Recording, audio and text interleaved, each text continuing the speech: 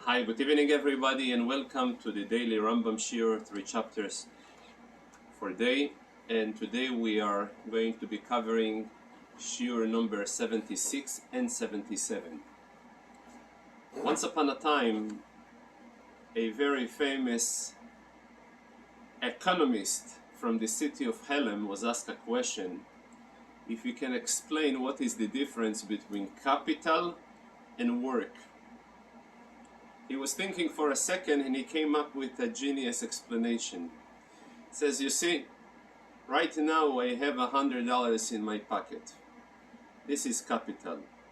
At the moment you ask me for a loan, and me, with my wisdom, I'm lending it to you, from now on it becomes work for me to collect it back. So that's the difference. The same $100 a minute ago they were capital, now they're turning to be work. I am introducing this concept since today's subject of the first chapter of the Rambam is about an item that the term is quite familiar, but the explanation in the context the Rambam is using is different. Everybody heard in any gathering, any opportunity, we wish good wishes to our friends. We wishing gesund, parnoso, nachas. It's abbreviation of geffen. Parnoso is right in the center, it's livelihood. Today we're going to deal about a concept of parnoso with a totally different meaning. The term is the same term, but the explanation is a totally different explanation. Since Rabbi Dovid Bisk asked me to say, today we are a day of a fast, we are mourning and marking part of the events that led to the destruction of the temple. So the prophet that is associated so much with the exile, with the destruction of the temple, is the prophet Yirmiyahu. In English they called him Jeremiah. In Hebrew the word Yirmiyahu is associated with the roots of mar, bitterness, because his prophecies, his bitter prophecies, his biography is bitter, and always he is associated with the prophecies of the destruction and so on. So in the book of Yirmiyahu, the chapter 29, he writes to the people that were exiled from Israel pre-destruction era. Nebuchadnezzar, at the first stage, even before he destroyed the temple, he managed to exile quite a large and very prestigious group to Bovel. And he writes them the following words: despite the fact you are in exile and situation is bitter, and you going through and facing all the struggles, challenges that every immigrant is facing, on top of it, knowing you and understanding the level of your appreciation to the greatness of the temple, and yet you may be discouraged and fall into a depression. So here is my words of encouragement. Chunoshim, married, go married with wives, with ladies, v'hilidu bonim, and have children, ubonois, ukhu, and also take to your children, marry them off with noshim, with ladies, and then ve'es b'noiseichem, and your daughters you will give to anoshim. You will marry them to gentlemen. V'tiladno, and they'll have bonim ubonois uvushom, be fruitful and multiply there. Ve'altimot, don't think about any type of family planning. Just live and utilize the potential of blessings that God gives you. These were the words that Yirmiyahu the prophet sends to the people who were already exiled in Bovel, and tells them that, you know, you got to do what God tells you to do. Now, this text serves as a original source of the new halacha, new rules that we're going to learn today. Until now, we have covered the last few days the obligations that the husband has towards his wife, the biblical obligation, the rabbinical obligation, the obligation that's called ksuva, and the obligation that's called tnoi ksuva, and all of them were 10 obligation altogether, which is called the ksuva and the tnoi ksuva. And 3 of them were biblical. Then there is, I would say, the 11th type of obligation. On one hand, it is the 11th in number, but on the other hand, it is not that official, and it's not as mandatory as the other 10. And I will explain why is it. It is not mandatory because if a person explicitly saying that I don't want to associate myself with this obligation, I will honor his request. Nevertheless, it is an institution, it is a custom that the rabbis introduced. And this custom is based upon the text that Yirmiyahu sent to the people in Bovel, the text that we have just read. What he writes to them? He writes to them the following words: make sure that your daughters going to be married to gentlemen. Give away your daughters. When it comes to marriage, give away not necessarily means that the other party will be willing to accept what you are giving away. So in those words, give away means give incentives to the other party that you are about to have your daughter married into. Give them good incentive, good reasoning for them to get married. And what type of incentive are we talking about? Financial incentive. What type of financial incentive? Dress her well, decorate her beautiful, give her presents, make her appear presentable. That way it will be a sufficient motivation and drive and interest on the other side to accept her as part of the family. So those words of Jeremiah to the people of Bovel became a source of the first chapter in Rambam that we talking about. That our rabbis instituted when a person is marrying off his daughter, he should give her additional presents and garments and jewelry in order to be presentable enough. She should not appear what we call bare naked to the other by the other party. She should be very presentable. This type of present, it's called parnoso. This is the legal name for it. Always we associate parnosa livelihood, but in that context it's called parnasa. If a person, he is really, I would say, antisocial, and he says, I don't care, as far as I'm concerned, I'm not going to contribute a cent.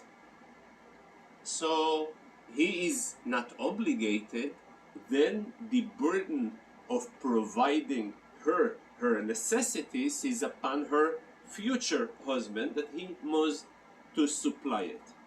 Now, let's say if a person passed away and he left a estate, and obviously after the estate is around, there is over here the legal heirs that they are about the estate, but then he has also daughters that are about to get married.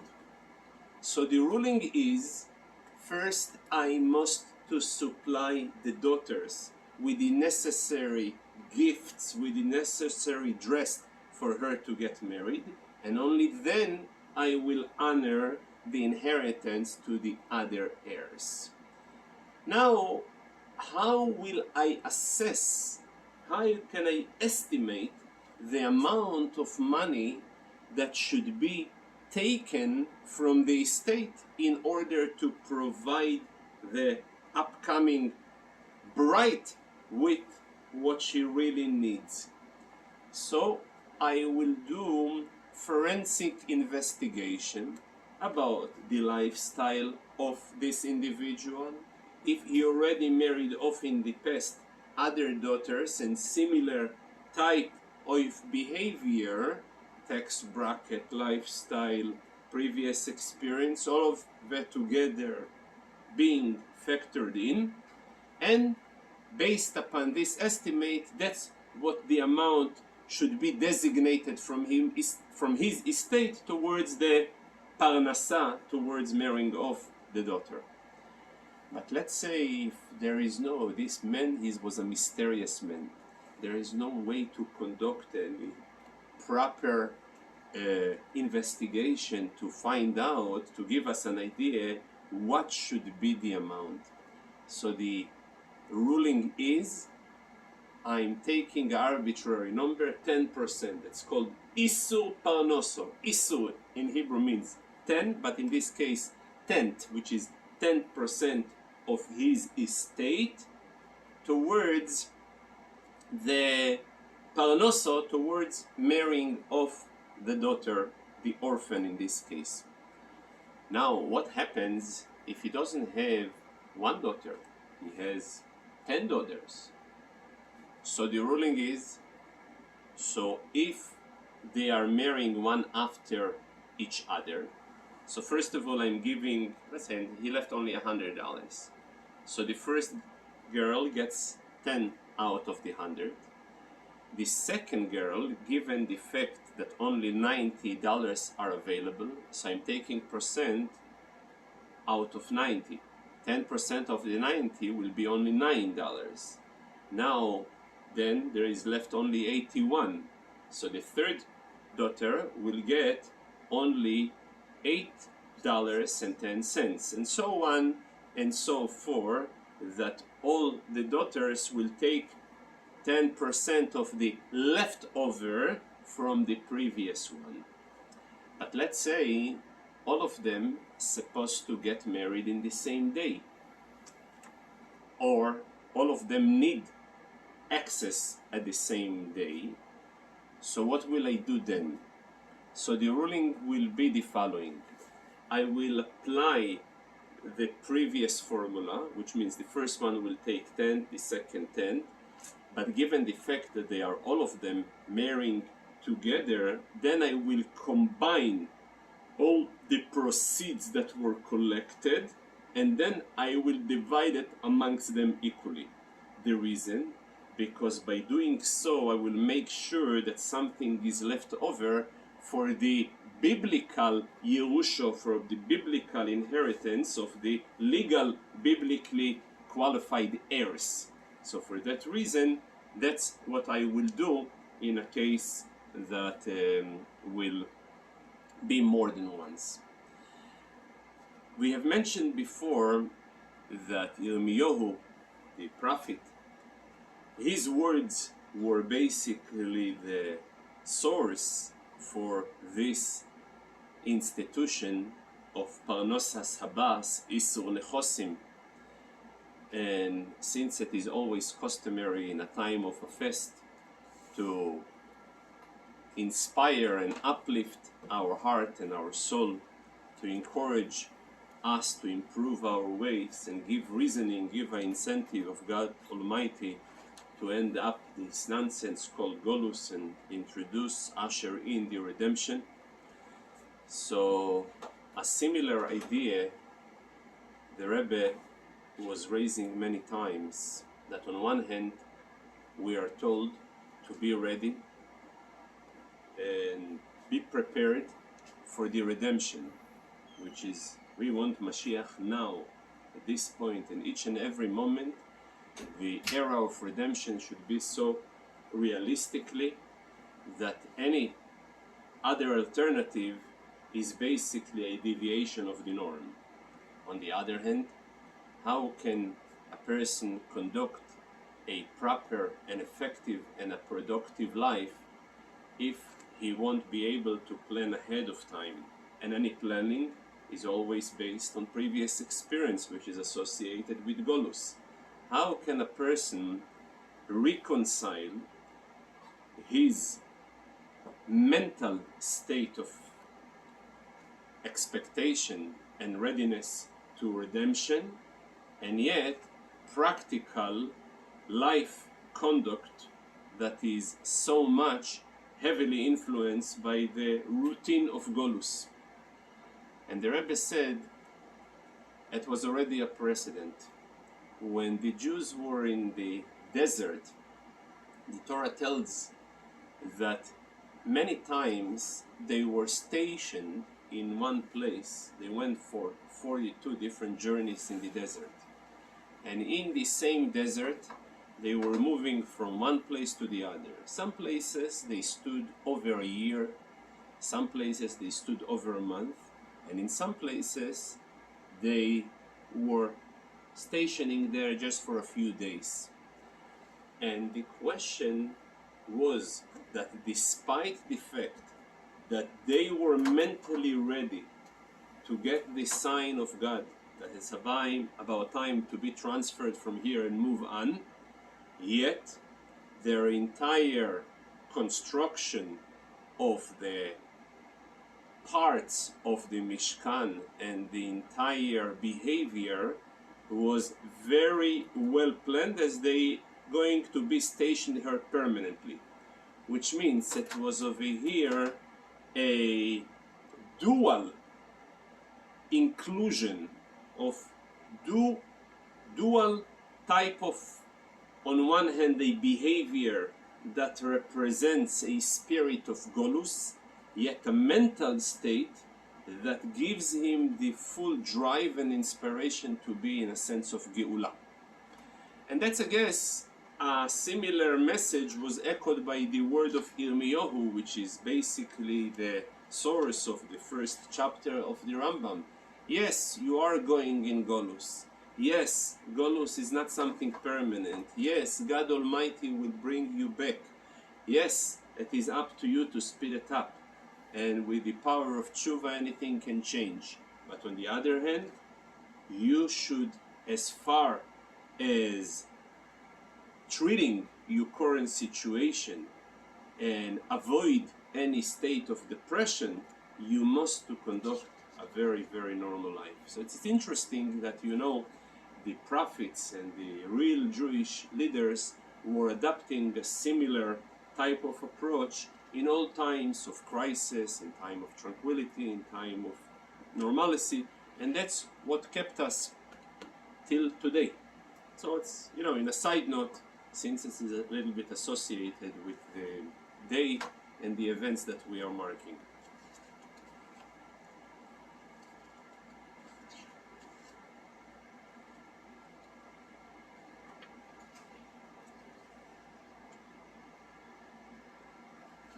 It is interesting to note that amongst the, especially it was very, very popular amongst Lithuanian Jewry, something what we called a Eidim beim Shver Oifkest, and I'm going to explain.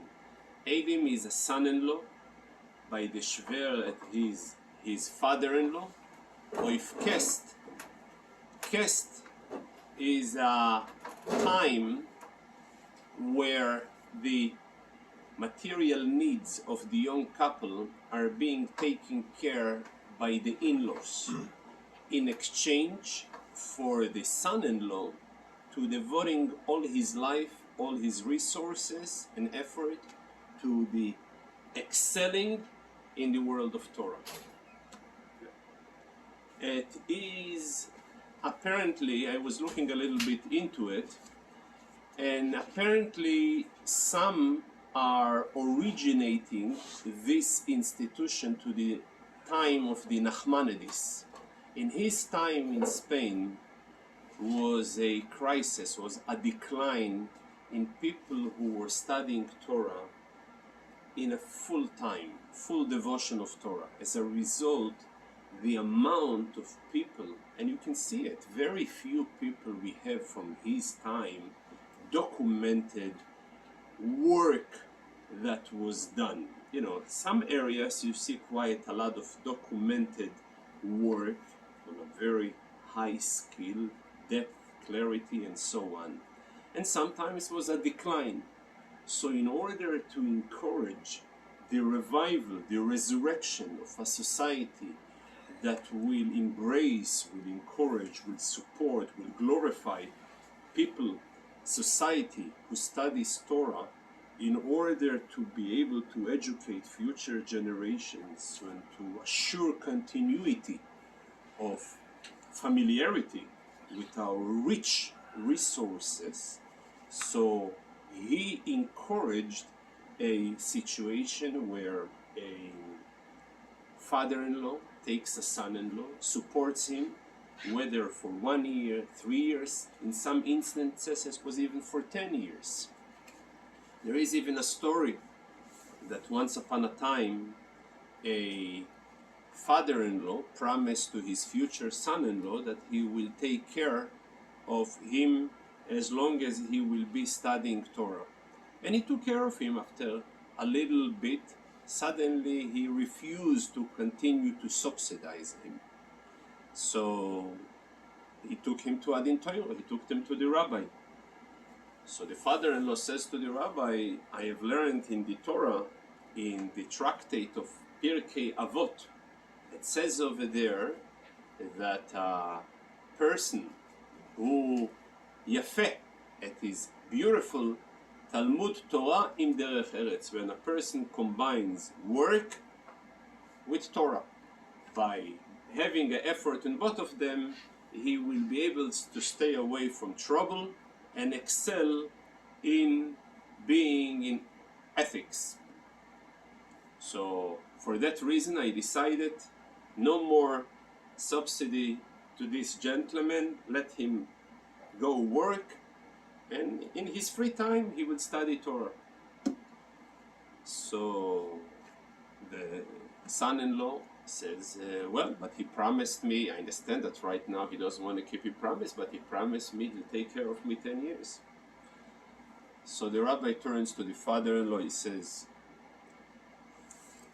I heard his claim and I heard your claim, and the decision is as follows. It's better for him to continue to learn Torah full-time the way you promised, and the only problem he will have that his behavior not going to coincide with the Mishnah that you just quoted, because the alternative is maybe worse. The alternative that he will be okay in line with the Mishnah, but then the entire knowledge of the Torah is not going to be there. So how will he ever know whatever he does, is it right what he is doing, wrong what he is doing? So I'll rather violate only one Mishnah in the Torah that will be in question, where his entire lifestyle will be in question. So I guess I see an echo from those concept of an institution of an Eidim by the Shveroif Kest, where it was already originated, may find some echo in the concept of Parnoso or Isur Nechosim, that their father is taking upon himself, or even in a case when he is not taking upon himself, his estate is being obligated by the fact that a 10% arbitrary number is being imposed in order to attract other people. So same way as in the time of Jeremiah, to attract other people was by a financial incentive. I guess the financial incentive kept growing and expanding to such a situation where in the times of the Rambam, he combined it with the institution of Kest. The second chapter is dealing in very detailed resolution the type of work that a lady is obligated to serve her husband. Because until now, basically, we have covered all the 10 obligations that a husband is committed towards his wife. And in today's is the melochos, the types of work that the lady is. Now, obviously, since today we live in a different reality, and I'm going to explain you also why. Because, for example, first I will quote in the 7th halacha of the 2nd chapter of today, the Rambam summarizes all the types of melochos, work that a lady is committed to serve her husband with, since there is differences in the socio-economical level, if they are rich or poor. If they are not rich, so the amount of melochos that she is committed are about 5.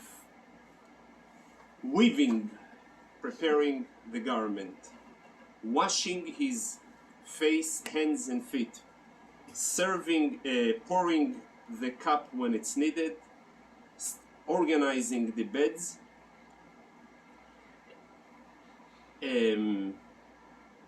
grinding the grain, cooking, baking, laundering, and feeding the baby, and providing straw for his cattle.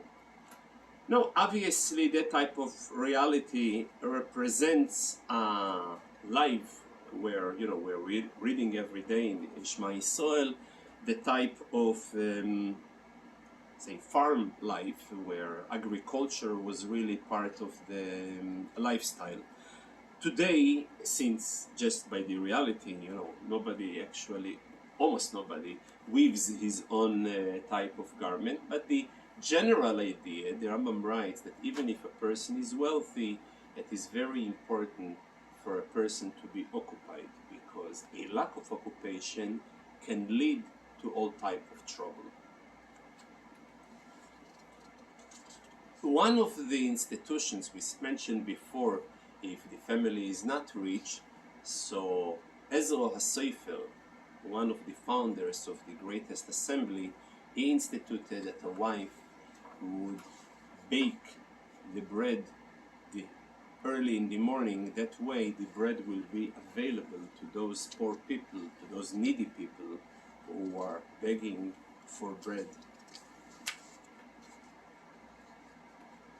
There is also some of those melochos talking, pouring the cup and stretching, organizing the bed and washing his face and hands and feet at the times that she menstruates, and then the distance must be kept, physical distance must be kept between them, so then those melochos, those type of work, she is not committed to do for her husband during that time. When they have a baby, it is enforceable that she should feed the baby. The only time she can get away with not feeding the baby, when they are wealthy enough, so then she has the right to demand that her husband would hire outsource a meinekes, a feeder, to feed the baby and pay for it. A very interesting halacha, that I came across, if the lady craves during the time of her feeding for food that may be harmful, not healthy food, with lots of preservatives, all type of pizza, junk food. So I must honor her request, because her rejection in a times of craving will cause her pain, mental pain, physical pain, but the sensitivity towards her craving in a time of breastfeeding outweighs all other medical consideration. Very interesting ruling that the Rambam, I'm just wondering, and this is a chidush, because as we have learned before, the Rambam was very much pro-health perfect lifestyle, but I guess there is always other consideration to take into the picture and to know what being prioritized over what.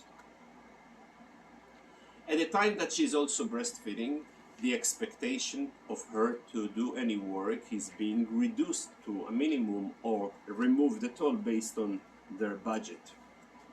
At a time when they are divorced, he has no right to force her to feed the baby.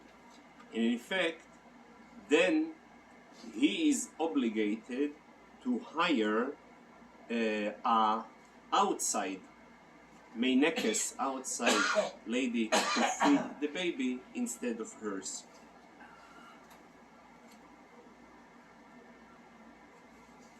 Since we already mentioned divorce, so today part of the busiest schedules in domestic violence or any domestic fighting is about the question of alimony.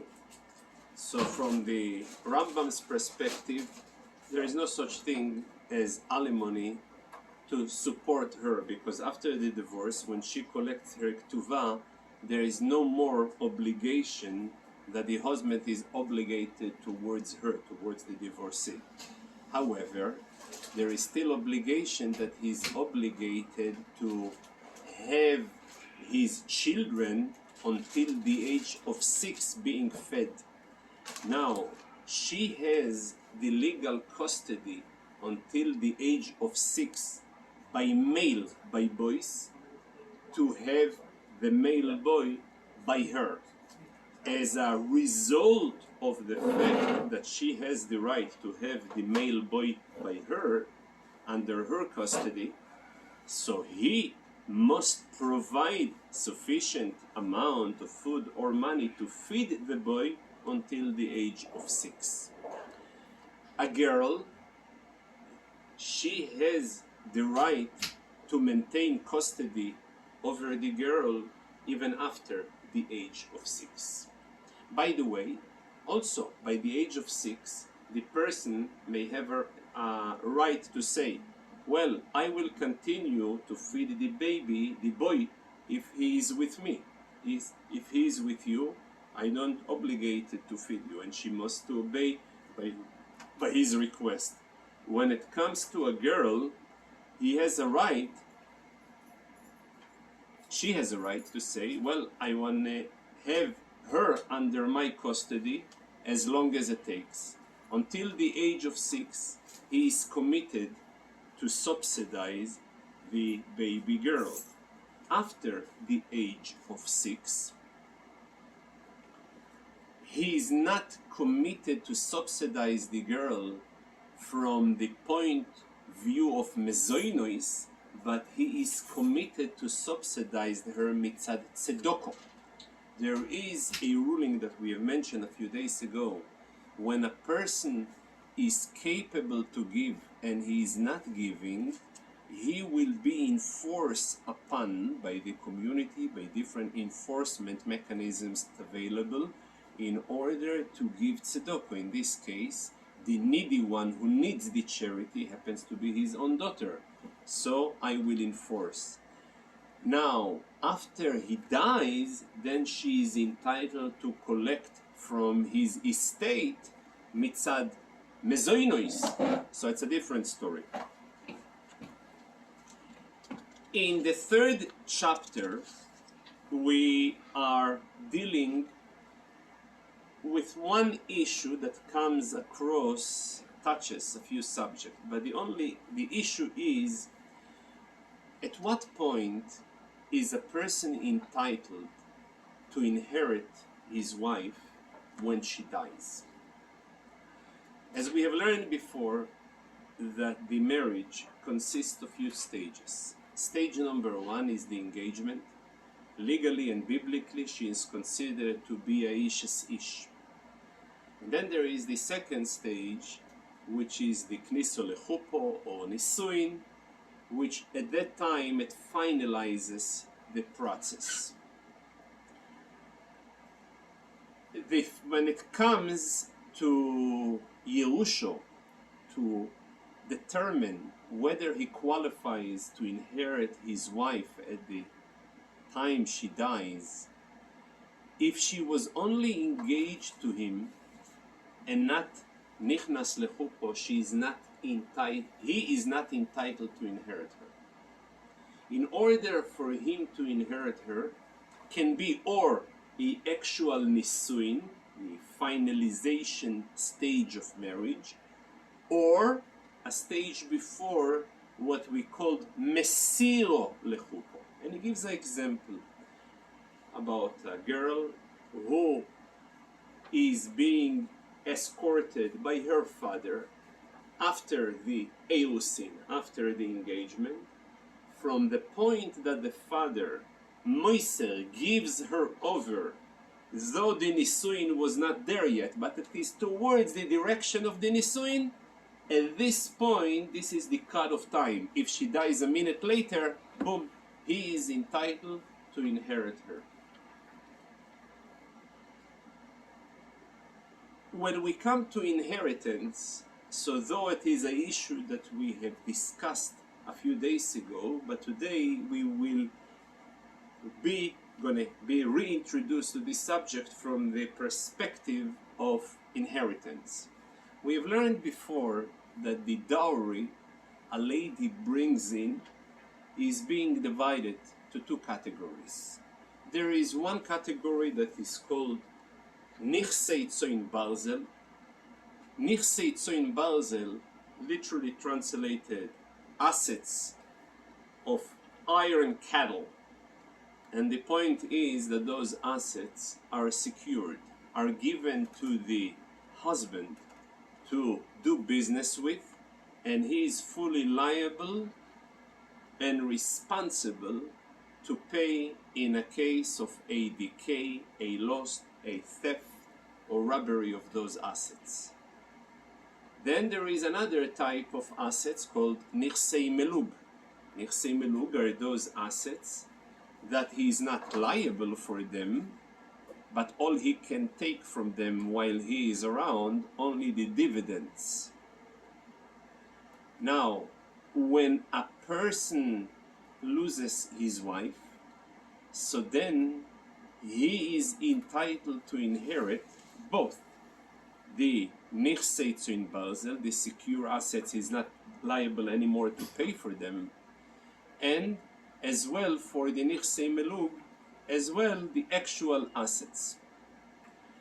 Now, it is interestingly to note that sometimes after her death, he may have access to certain assets he had no access to them while she was still alive.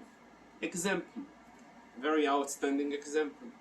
We're talking about those assets that called Nichsei Melug, that it's not really his, it is his only for the dividend.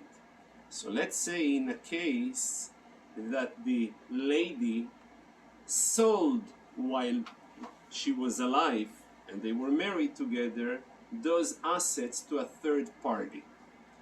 So while the sale may be a sale, it will be a very temporary in the nature for the following reason. While he is still alive and the property was sold to a third party, he can still collect the dividends, the fruit of or proceeds from this. But since it was a sale, I must honor it. However, at the point that she dies, then retroactively he can cancel the sale, since the entire assets were linked to the ksuva. Same way as there is a ksuva, and everybody understands that all the assets of the husband are under a lien for the ksuva, also all the assets of the wife that she brings as dowry, they are also under a lien from the tnoe ksuva, and part of the tnoe ksuva that he will inherit her if she dies. So at the moment that she dies, only then he has more power towards the Nichsei Melug than he had while he is alive, because while he was alive he had access only to the dividends, but at the point that she dies he have access to the actual principle of those assets.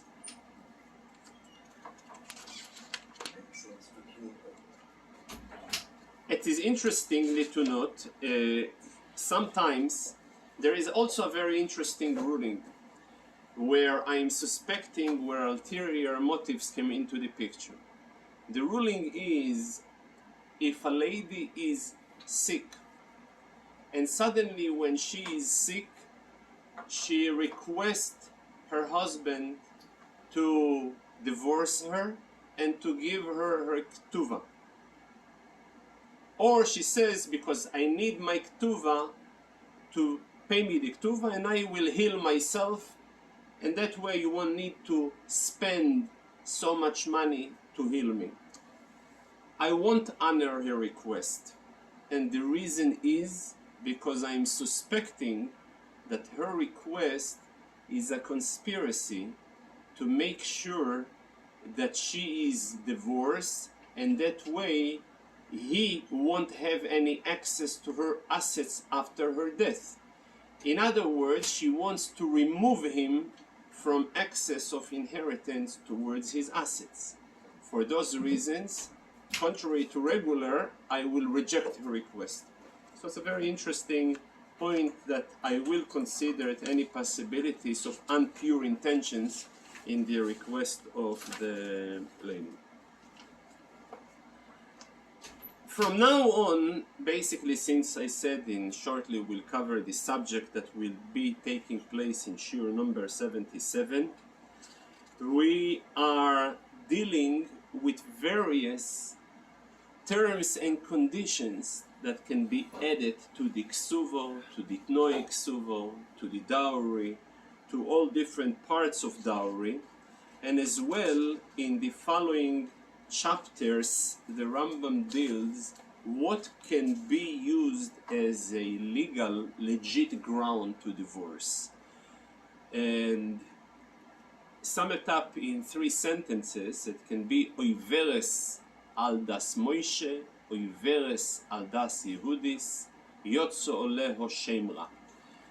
A lady that is very lax in the rulings, in the restrictions that were introduced in order to maintain high standards, basic standards of modesty.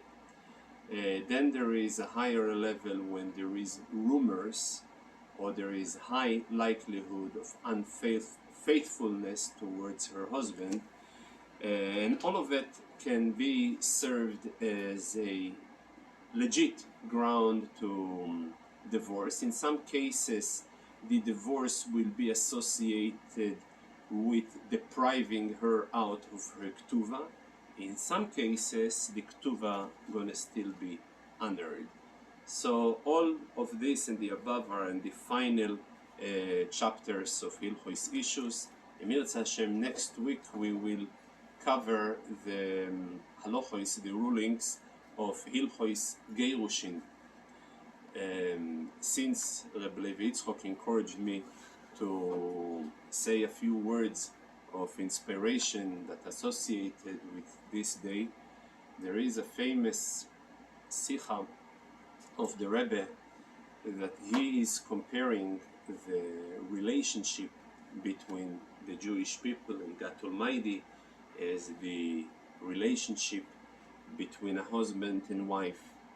And there is a beautiful Maimer Chazal that states that God Almighty, with the power of tshuva, of repentance, of returns that a person, and especially an entire collective of the Jewish people are doing, they are causing God Almighty to violate a biblical ruling just for in behalf of the respect and honor towards the Jewish people. There is a ruling in the Torah, in the Talmud, we have learned that in Hilchos Shabbos, Godol kvoid habriois shedoiche es loisese shebatoiro. The respect and honor towards human beings are so big that will push away even a loisase, even a biblical negative prohibition, or what is called a negative commandments. For example, we know on Shabbos there is certain issues that they are muktzeh and we are committed, since they are, although they were instituted by the rabbis, but nevertheless there is a biblical commandments to listen to the rabbis. And for example, for that reason, when a person needs to do what he needs to do physiologically, he can even carry stones, which are generally muktzeh. He can do it on Shabbos because Godel Kved Habriyos. So God Almighty is also very much following His commandments when it comes to honor, to respect his wife. The ruling is, if a person divorced his wife and then